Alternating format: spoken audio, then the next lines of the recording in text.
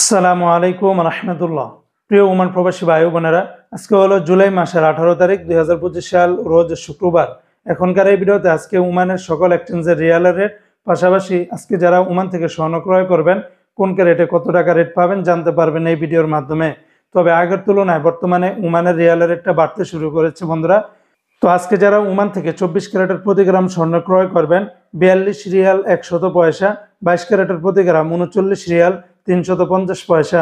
এটা ছিল ওমানের একটা কোম্পানির রেট। আর একটা কোম্পানিতে 24 ক্যারেটের প্রতি গ্রাম 41 রিয়াল 296 পয়সা, 22 ক্যারেটের প্রতি গ্রাম 37 রিয়াল 859 পয়সা, 21 ক্যারেটের প্রতি গ্রাম 36 রিয়াল 137 পয়সা, 18 ক্যারেটের প্রতি গ্রাম 30 রিয়াল 975 পয়সা।